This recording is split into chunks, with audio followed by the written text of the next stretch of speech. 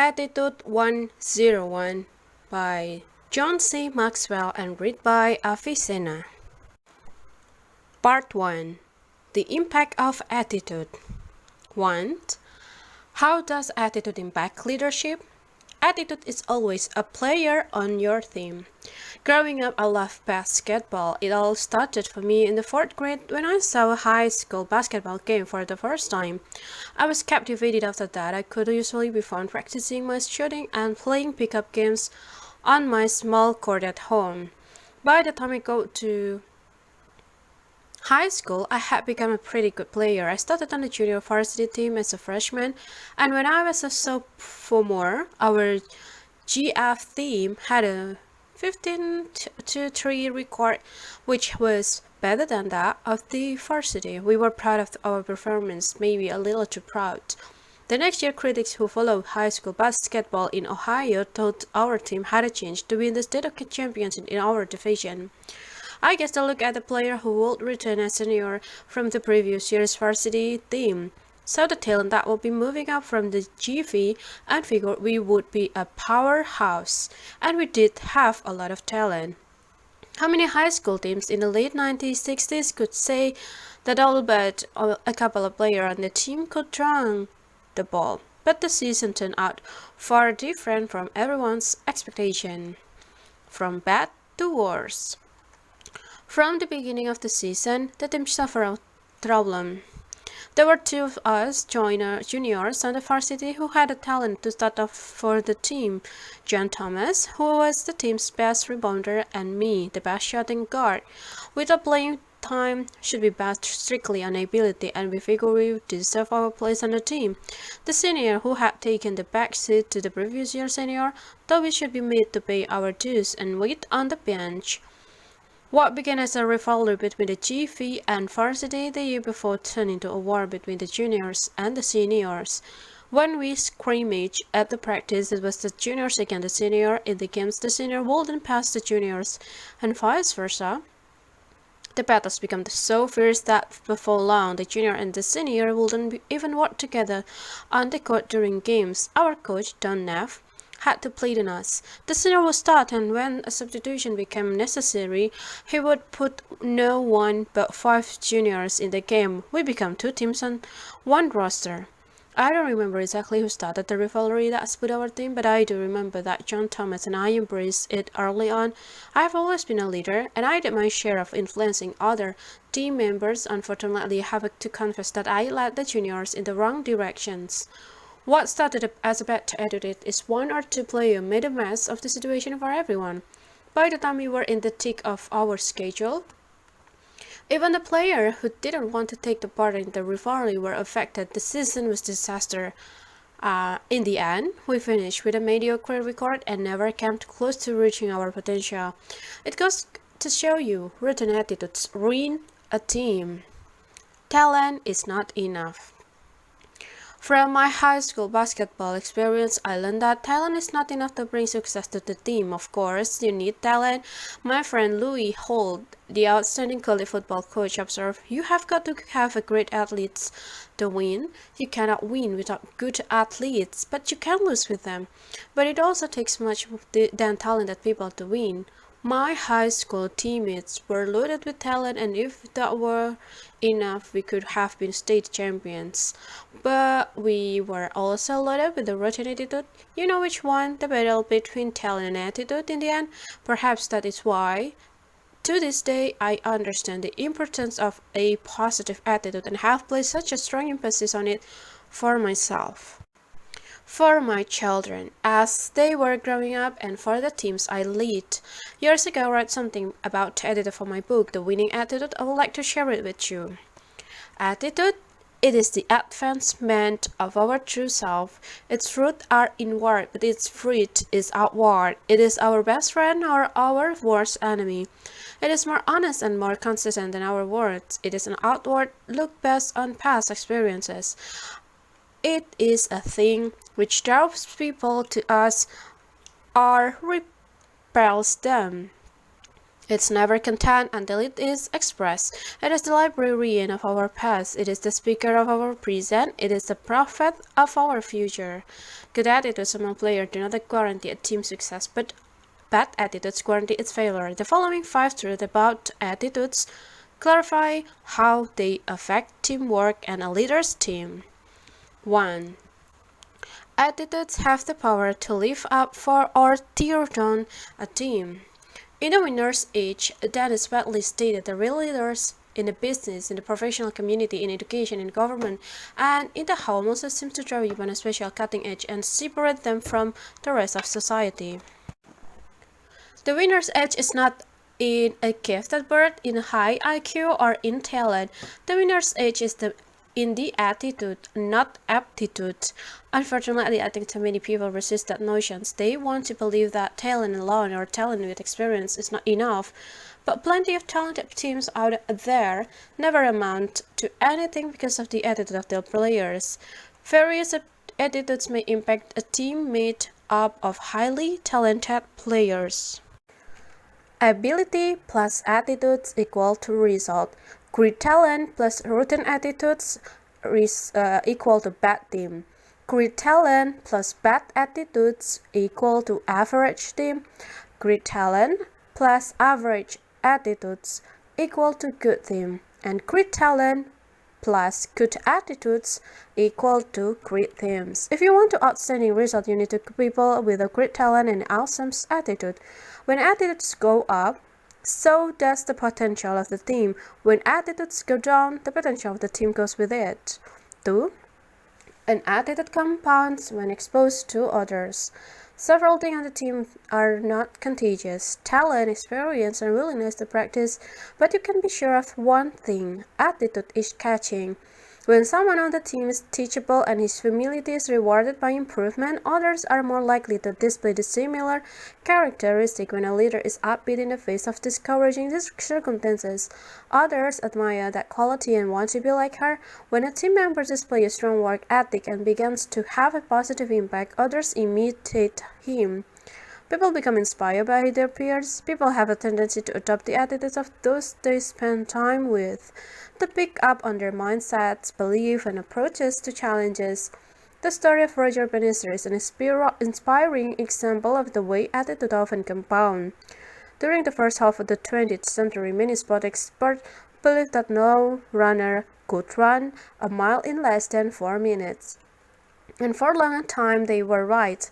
But then on May 6, 1954, British runner and the university student Roger Bannister ran a mile in 3 minutes and 59.4 seconds during a meet in Oxford. Less than 2 months later, another runner, Australian John Landy, also broke the 4-minute barrier. Then suddenly, dozens and then hundreds of others broke it. Why? Because the best runners' attitude changed. They began to adopt the mindset and belief of their peers. Bannister's attitude and action compounded when exposed to others. His attitude spread. Today, a world-class runner who competes at the distance can run a mile in less than 4 minutes. Attitudes are contagious. 3. Bad attitudes compound faster than good ones. There is only one thing more contagious than a good attitude: a bad attitude. For some reason, many people think it's a cheek to be negative. I suspect that they think it makes them appear smart or important. But the truth is that a negative attitude hurts rather than helps the person who has it, and it also hurts the people around him. To see how quickly and easily an attitude or mindset can spread, just think about the story from Norman Cousins. Once during a football game, a doctor at the first aid station treated the 5 people for what he suspected might be food poisoning. He soon discovered that all 5 people had bought drinks from a particular concession stand at the stadium. The physician requested that the announcer advise people in the stadium to avoid buying drink from the particular vendor because of the possibility of food poisoning. Before long, more than 200 people complained of food poisoning symptoms. Nearly half the people's symptoms were so severe that they were taken to the hospital. The story does not end there. However, after a little more detective work, it was discovered that the 5 original victims had eaten tainted potato salad from one particular deli on the way to the game. When the other sufferers found out that the drinks in the stadium were safe. They experienced miraculous recoveries that just caused to stow you, an attitude spread very quickly. For attitudes are subjective, so identifying a wrong one can be difficult. Have you ever interacted with someone for the first time and suspected that his attitude was poor? Yet you were unable to put your finger on exactly what was wrong. I believe many people have that experience because attitude is really about how a person is that overflow into how he acts. The reason people doubt their observation about others' attitude is that attitudes are subjective. Someone with a bad attitude may not do anything illegal or unethical, yet his attitude may be ruining the team just the same. People always project on the outside how they feel on the inside. Attitude is really about how a person is, that overflow into how he acts. Allow me to share you with a common routine attitude that ruin the team so that you can recognize them for what they are when you see them. An inability to admit wrongdoing. Have you ever spent time with the people who never admit they are wrong? It's painful. Nobody is perfect, but someone who thinks he is does not make an ideal teammate. His wrong attitude will always create conflict. Failure to forgive it to say that Clara Barton, the founder of modern nursing, was once encouraged to bamboo a cruel act inflicted on her years earlier, but Barton wouldn't take the bait.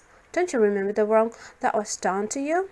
The friend goaded. No, answered Barton. I distinctly remember forgetting that. Holding a grudge is never positive or appropriate, and when forgiveness occurs between teammates, it's certain to hurt the team. Pity, jealousy, an attitude that really works against the people in the desire for equality that fits pity, jealousy. For some reason, the people with this attitude believe that every person deserves equal treatment regardless of talent, performance, or impact. Yet nothing could be farther from the truth. Each of us is created uniquely and performed differently, and as a result, we should be treated as such. The Disease of Me.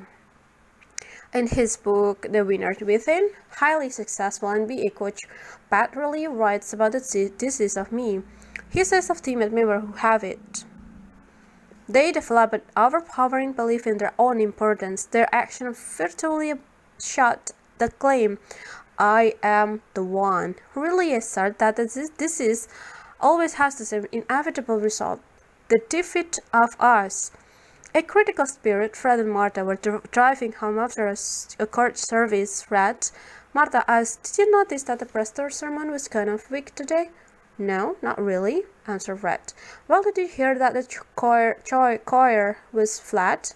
No, I didn't, he responded. Well, you certainly must have noticed that young couple and their children right in front of us with all the noise and commotions. They made the whole service. I'm sorry, dear, but no, I didn't. Finally, in disgust, Martha said, I'll just leave Fred. I don't know why you even bothered to go to church. When someone on the team has a critical spirit, everybody knows it because everyone on the team can do no right. A desire to hog all the credit. Another bad attitude that hurts the team is similar to the disease of me, but where the person with that disease may simmer in the background and create decisions. The credit hog continually steps into the spotlight to take a bow, whether he has earned it or not. His attitude is opposite that of NBA Hall of Fame center Bill Russell, who said that of his time on the court, the most important measure of how good a game I played was how much better I would make my teammates play. Certainly, there are other negative attitudes that I haven't renamed, but my intention is not to listen every bad attitude, just some of the most common ones. In our most bad attitudes are the result of selfishness. If one of your teammates puts the others down, sabotages teamwork, or makes himself out to be more important than the team, then you can be sure that you have encountered someone with a bad attitude. 5. Routine attitudes left alone ruin everything. Bad attitude must be addressed. You can be sure that they will always cause decision, resentment, combativeness, and division on the team. And they will never go away on their own if they are left unaddressed. They will simply fester and ruin a team along with its change of reading its potential. Because people with bad attitude are so difficult to deal with, and because attitude seems so subjective, you may drop your gut in reaction when you encounter someone with a bad attitude. After all, it's only your opinion that he has a rotten attitude, that then you have no right to address it, right? Not if you care about the team. Rotten attitudes ruin a team. That is always true. If you leave a bad apple in a barrel of good apples, you will always end up with a barrel of rotten apples. Attitude always impacts a leader's effectiveness. President Thomas Jefferson remarked, "Nothing can stop the man with the right mental attitude from achieving his goal. Nothing on earth can help the man with the wrong mental attitude." If you care about your team and you are committed to helping all the players, you cannot ignore a bad attitude. Dealing with a person whose attitude is bad and can be a very tricky thing. Before you try to address the issue, you will benefit from a closer look at attitudes and how they affect an individual. 2. How does attitude impact an individual? Your attitude and your potential go hand in hand. What is attitude? How do you put your finger on it? Well, attitude is an inward feeling expressed by behavior. That is why an attitude can be seen without a word being said. Haven't we all noticed the pour of the sulker or the jutted jaw of the determined? Of all the things we were, our expression is the most important. Sometimes our attitude can be most outwardly, and others who see us are fooled. But usually the covers up will not last long. There is that constant struggle as the attitude tries to wiggle its way out, and my father enjoys telling the story of the 4-year-old who had one of those trouble-filled days. After reprimanding him, his mother finally said to him, "Son, you go over to that chair and sit on it now." The little lad went to the chair and sat down and said, "Mommy, I'm sitting on the outside, but I'm standing up in the inside." Psychologist or philosopher James Allen states, "A person cannot travel within and stand still without. Soon what is happening with us will affect what is happening without." A hardened attitude is a dreaded disease. It causes a closed mind and dark future. When our attitude is positive and conducive to growth, the mind expands and the progress begins. Attitude determines success or failures. While leading a conference in South Carolina, I tried the following experiment. I asked the audience what word describe what will determine our happiness, acceptance, peace, and success. The audience began to express such a job, education, money, time.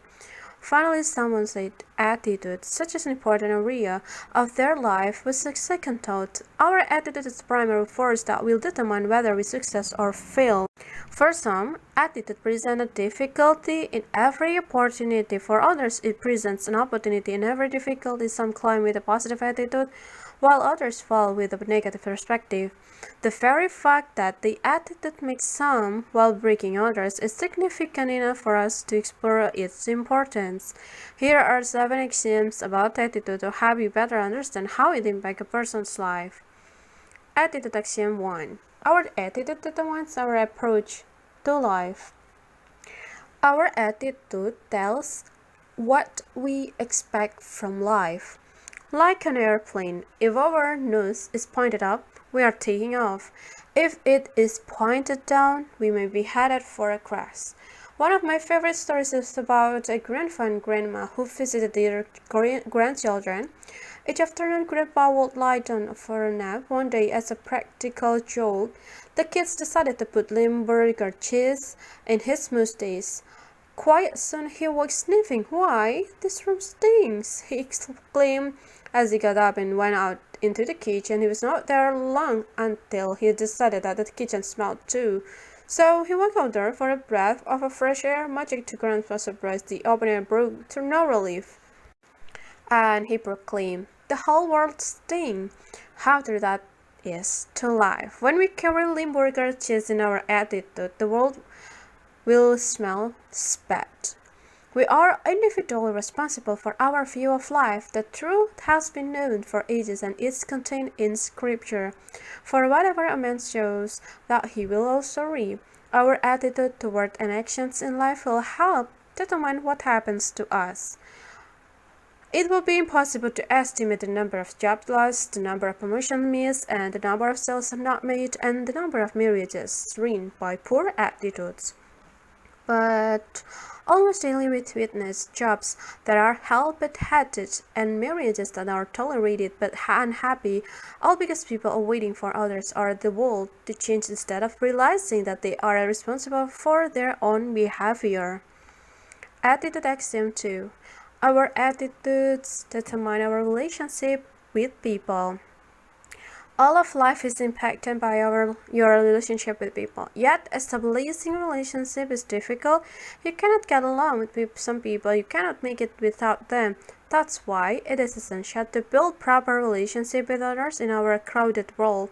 The Stanford Research Institute say that the money you make in on the floor is determined only 12.5% by knowledge and 87.5% by your ability to deal with the people.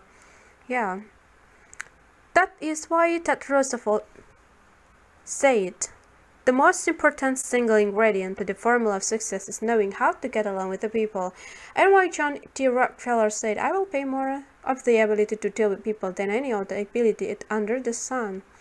When attitude we possess place other first and we see people as important, then our perspective will reflect their viewpoint, not yours. Until we walk in the other person's shoes and see life through another's eye, we will be like the man who angrily jumped out of his car after a collision with another car.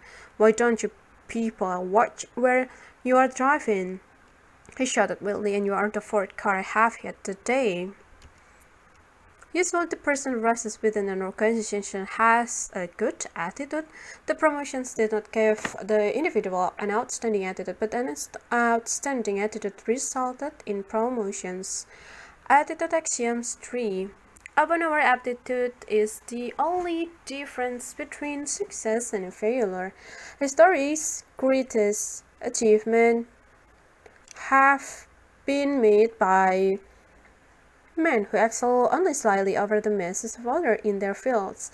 This could be called the principle of the slight edge.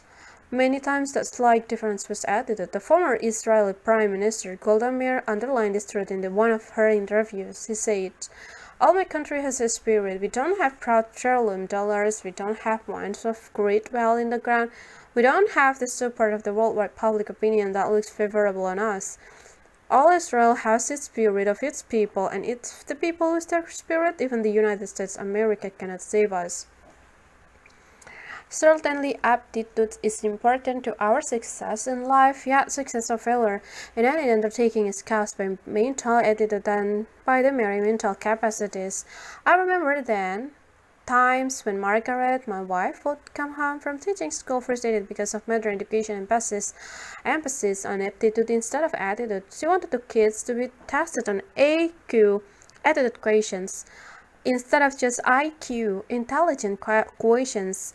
Who would talk of kids whose IQ was high and their performance was low? There were others whose IQ was low, but their performance was high.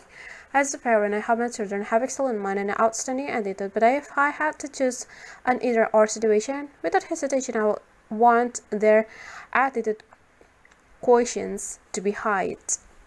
A Yale University president some years ago gave similar advice to a former president of Ohio State. Always be kind to your A and B students. Somebody of them will return to your campus as a good professor, and also be kind to your C students. Someday one of them will return and build a $2 million science laboratory. There is a very little difference in the people, but the little difference makes a big difference. The little difference is that the attitude. The big difference is whether it is positive or negative. Attitude axiom 4. Our attitude at the beginning of a task will affect its outcome more than anything else. Coaches understand the importance of their team having the right attitude before facing a tough opponent. Surgeons want to see their patient mentally prepared before going into surgery. Job seekers know that a prospective employer is looking for more than just skills when they apply for work, and public speakers want a conducive atmosphere before they communicate to their audience. Why? Because the right attitude in the beginning ensures success at the end. You are acquainted with the saying, all is well that ends well. An equal truth is that all is well that begins well. Most projects fail or succeed before they begin. A young mountain climber and an experienced Part 2. The formations of attitude. 3. What shapes a person's attitude? A lot goes into an attitude, but a lot more comes of it. Attitudes are not shaped in a vacuum. People are born with a certain characteristic and thus impact their attitudes, but many other factors play an even greater role in people's life and in the formation of their attitudes. While these factors continually impact people in general, they make the greatest impressions during the following times of life, like stages, pre-birth, factors inherent personality or temperament, birth, environment, age 6, word, expression, adult acceptance or affirmation. Ages 6 to 10, self-image, exposure, and to new experiences. Ages 12 to 21, peers, physical appearance. Ages 21 to 61, marriage, family, job, success, adjustment, and assessment of life. Personality, who I am. All people are born as distinct individuals. Even two children with the same parents, same environment, and the same training are totally different from each other. These differences contribute to the spice of life we all enjoy. Like tract homes that all look alike, if we all had a similar personality, our journey through life would certainly be boring. Generally, people with certain temperaments develop specific attitudes common to that temperament. I love the story of two men out feasting together who began discussing their wife. One said, "If all men were like me, they would all want to be married with my wife." The other man quickly replied, "If they were all like me, none of them would want to be married to her." A set of attitude accompanies each personality type. Generally, people with certain temperaments develop specific attitude common to that temperament. A few years ago, Tim LaHaye, co-author of the popular Left Behind novel, lectured and wrote about the four basic temperaments. Through observation, I have noticed that a person with what he calls a choleric personality often exhibit attitude of preference and aggressiveness. A sanguine person is generally positive and looks on the bright side of life. An introspective, melancholy individual can be negative at times, while a phlegmatic is prone to say, "Easy come means easy go." Every individual's personality is composed of a mixture of this temperament, and there are exceptions to this generalization. However, a temperament ordinarily follows a trait that can be identified by tracing a person's attitude. Environment, what's around me. I believe that every environment is a greater controlling factor in our attitude development than our personality or other inherited traits. Before my wife Margaret I began our family, we decided to adopt our children. We wanted to give a child who might not normally have the benefit of a loving, faith-filled home an opportunity to live in the environment. Although our children may not physically resemble us, they certainly have been molded by the environment in which we have reared them. The environment of early childhood develops a person's belief system. Children continually pick up priorities, attitude, interests, and philosophy from their environment. It is a fact that what I really believe affects my attitude. However, the things I believe may not be true. What I believe may not be healthy. It might be even hurt others and destroy me. Yet an attitude is reinforced by a belief whether it is right or wrong. Environment is the first influencer of our belief system. Therefore, the foundation of an attitude is laid in the environment to which we were born. Environment becomes even more significant when we realize that the beginning of attitude are the most difficult to change. Word expressions, what I hear. You have undoubtedly heard the old saying, "Stick and stones may break my bones, but names will never hurt me." Don't you believe that? In fact, after the bruises have disappeared and the physical pain is gone, the inward pain of hurtful words remain. Years ago, when I was leading a church during one of the staff meetings, I asked the pastor's secretary and a custodian to raise their hands if they could remember a childhood experience that hurt deeply because of someone's word. Everyone raised his hand. One pastor recalled the time when he sat in the reading circle at school, and when his time came to read, he mispronounced the word photography. He read it photography instead of photography. The teacher corrected him and the class laughed. He still remembered 40 years later. One positive result of that experience was his desire from the moment on to pronounce words correctly. Today, one of the reasons he excels as a speaker is because of that determination. Adult acceptance or affirmations. What I feel. Often when I'm speaking to leaders, I tell them about the importance of accepting and affirming the ones they are leading. The truth is, people do not care how much you know until they know how much you care.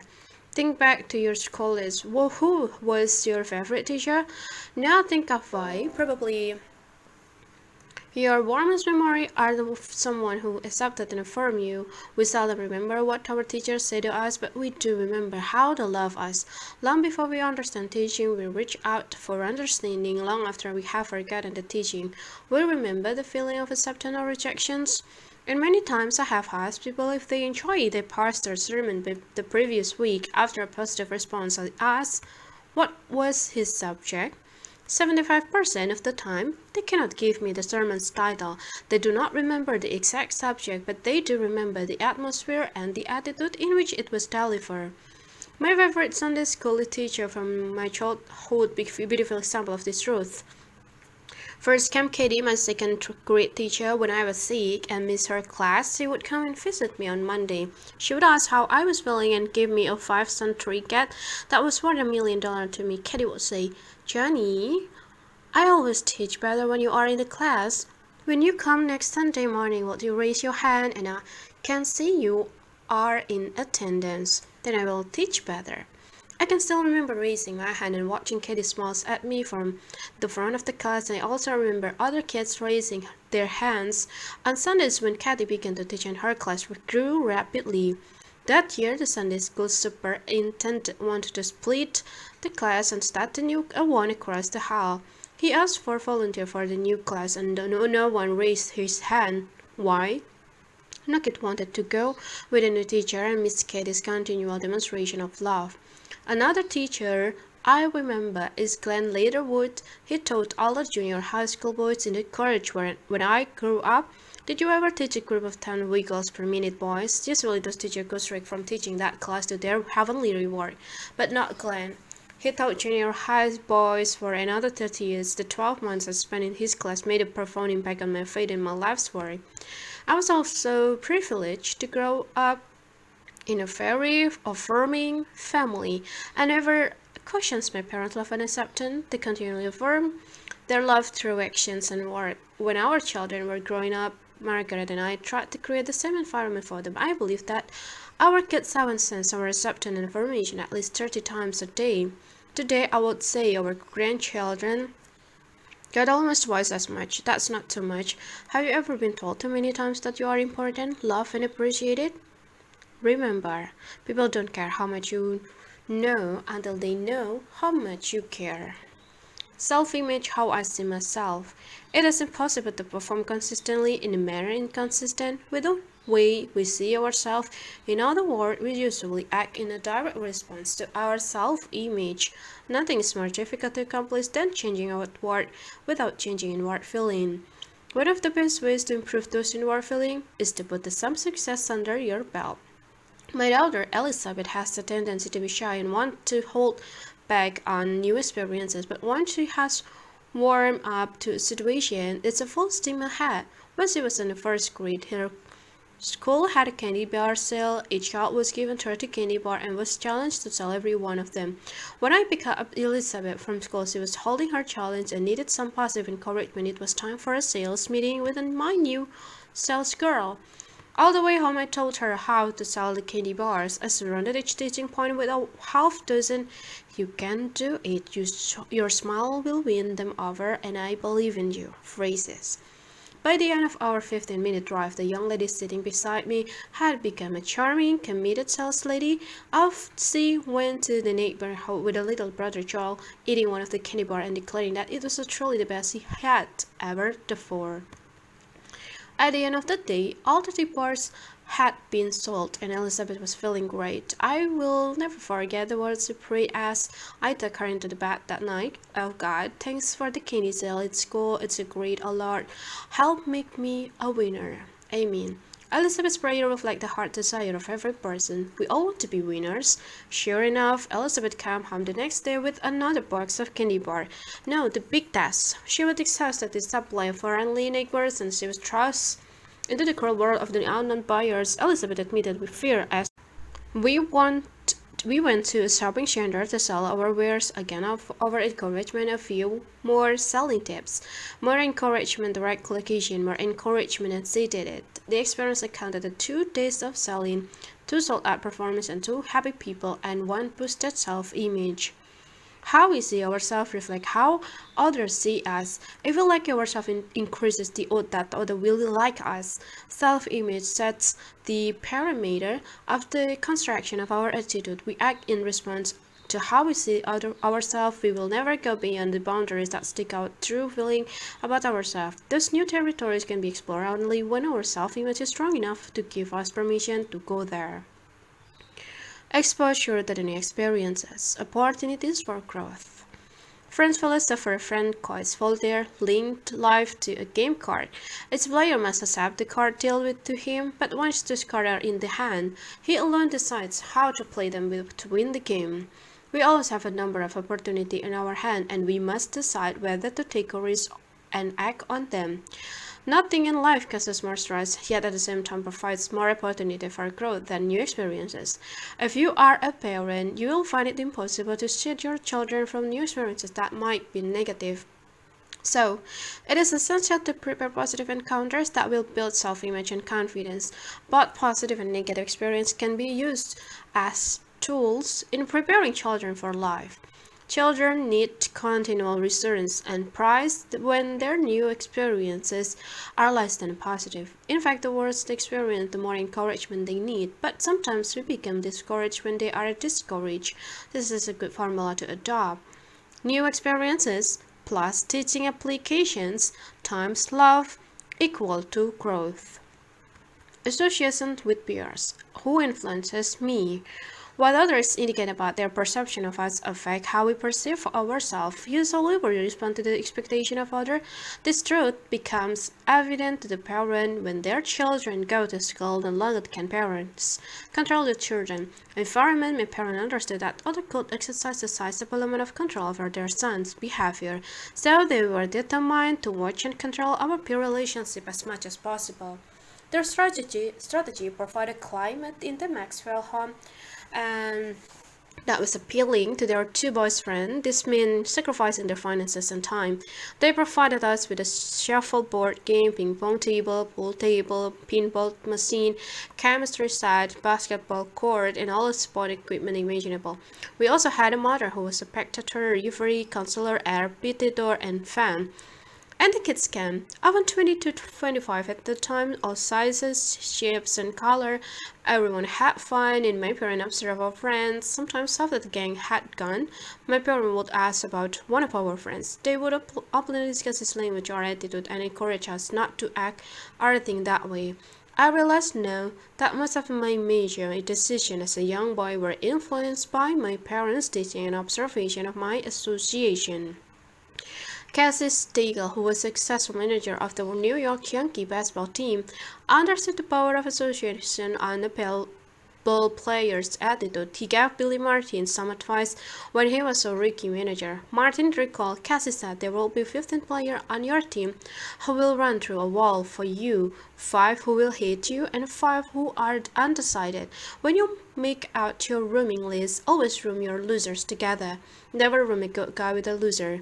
These losers who stay together will blame the manager for everything, but it won't spread if you keep them isolated. Charles Terminus John, author of Life is Terminus, says, what you will become in 5 years will be determined by what you read and who you associate with. That's a good for all us to remember. Physical appearance, how we look to others. Our look plays an important part in the construction of our attitude. Incredible pressure is placed upon People to possess the in look which seems to be the standard of acceptance. The next time you are watching television, notice how much the commercial emphasizes look. Notice the percentage of ads dealing with clothing, diet, exercise, and overall physical attractiveness. Hollywood says blandness is out of the beauty is in. This influences our perception of our world. What can make it even more difficult is the realization that others also judge our work by our appearance. Recently, I read a business article that stated our physical attractiveness helped determine our income. Yeah, the taller men and consistently receive higher salaries, like it or not. Physical appearance and one's perception of it impact a person's attitude. Marriage, family, and job, our security and status. New influences begin to affect our attitude as we approach our mid-20s. It is during the time that most people start a career. They also often get married. That means another person influences our perspective. When I speak on attitude, I always emphasize the need to surround ourselves with the positive people. One of the saddest comments that I often receive comes from someone who tells me their marriage partner is negative and does not want to change. To a certain extent, when a negative mate does not want to change, the positive one is imprisoned by negativism. In such situation, I advise the couple to remember their spouse as the person they love. In their courtship days, their marriage will improve if each other's weaknesses are not emphasized, but many end up in divorce court because the strengths are ignored. The partner go from expecting the best of expecting of the worst, from building on strength to focusing on weakness. Says all the factors I have mentioned go into the mix of attitude and they have impacted who you are and those whom you live. But remember this, whether you are 11, 42 or 65, your attitude toward life is still under construction. It's never too late for a person to change his attitude, and that's the subject of the next chapter. 4. Can attitude be changed? The key to having a good attitude is the willingness to change.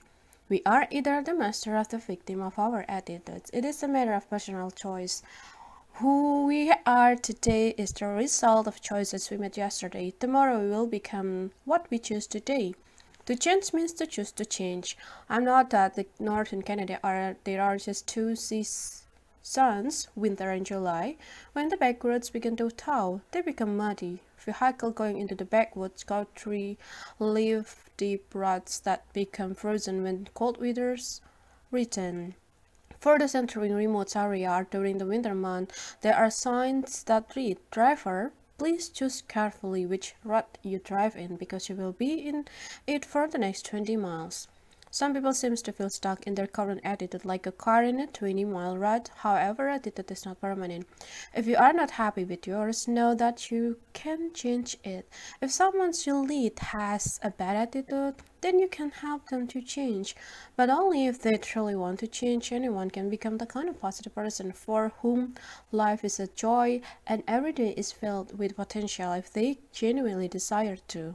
If you want to have a great attitude, then make the following choices. Choice 1.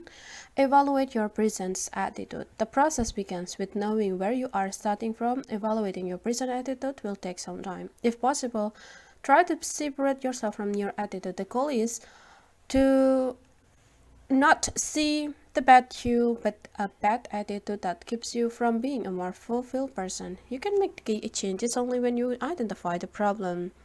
When he sees a logjam, the professional logger climbs a tall tree and locates a key lock, blows that log free, and lets the stream do the rest. An amateur would start at the edge of the jam and move all the locks, eventually moving the key lock. Obviously, both methods will get the locks moving, but the professional does his work more quickly and effectively. To find the key locks in your attitude, use the following evaluation process and write your answer in a journal or someplace when you can later refer back to them. Identify problem feeling. What attitudes make you feel the most negative about yourself? Usually feeling can be sensed before the problem is clarified. Identify problem behavior. What attitudes cause you the most problem when dealing with others? Identify problem thinking. We are the sum of our thoughts. As someone thinks within himself, so he is. What thoughts consistently control your mind? Although this is the beginning step in correcting attitude problem, these are not as easy to identify as the first two. Clarify truth. In order to know how to change, you need to examine your feeling in light of truth. If you are a person of faith, then use the scriptures. What do they tell you about how your attitude should be?